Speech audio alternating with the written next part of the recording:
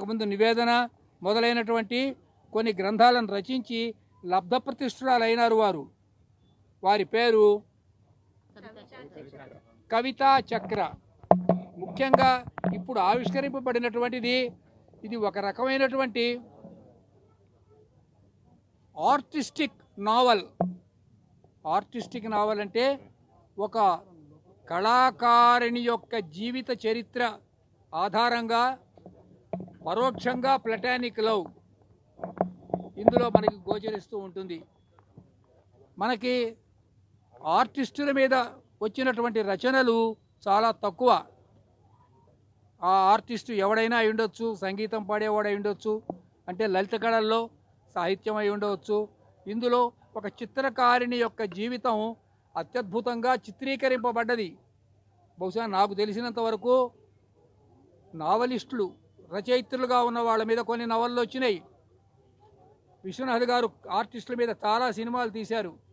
ఆ తీసిన సినిమాలన్నీ కూడా ఒక డాన్సర్ మీదనో, లేకపోతే ఒక గాయకుడి మీదనో, ఒక సంగీత విద్వాంసుడి మీదనో శంకరాభరణం వచ్చినవి. కానీ ఈ రకంగా ప్రణయ నిశ్శబ్దం అనే పేరుతో ఒక చిత్రకారిణి యొక్క జీవితం, ఒక ఆర్టిస్ట్ యొక్క జీవితం నాకు తెలిసినంత వరకు రావటం ఇంగ్లీష్లో వచ్చినాయి.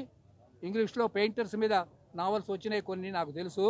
కానీ తెలుగులో మరి ఒక పెయింటర్ మీద ఆధారం చేసుకొని నవళ్ళు ఏమన్నా వచ్చాయేమో నాకు వెంటనే గుర్తుకు రావటం లేదు. కాబట్టి ఇది ప్రణయ నిశ్శబ్దం మాత్రమే కాదు, ప్రణవ నిశ్శబ్దం. ప్రణవ నిశ్శబ్దం అంటే ఓంకారం పైకి ఉచ్చరిస్తే అది బహిరంగం అయిపోతుంది, దాన్ని అంతరంగంగా ఉచ్చరించుకుంటే అది ప్రణవ నిశ్శబ్దం అవుతుంది. కాబట్టి ఈ నవలను అందరూ గైకొని మాత్రమే కాదు, చదివి ఉత్తమమైనటువంటి సాహిత్యాన్ని మనం ఒక విషయం చెప్తాను, ఈ సందర్భంలో చెప్పాలి, ఇక్కడ ఉన్నవాళ్ళు కొద్దిమంది అయినా కూడా చెప్పాలి. ఒక సంధ్యా థియేటర్లో సినిమా చూడటానికి ఒక సకుటుంబ సపరివార వెళితే ఎంత అవుతుందంటే 5,000 రూపాయలు టికెట్ పెడుతున్నారు. నేను వాళ్ళని నిందించడం లేదు, కానీ ఆ ఆకర్షణ పుస్తకాల కొనుగోలు విషయంలో ఎందుకు చూపించలేకపోతున్నారు? రచయితలను ప్రోత్సహించాల్సిన బాధ్యత ఈనాడు సమాజం మీద ఉన్నదా లేదా ఆలోచించండి.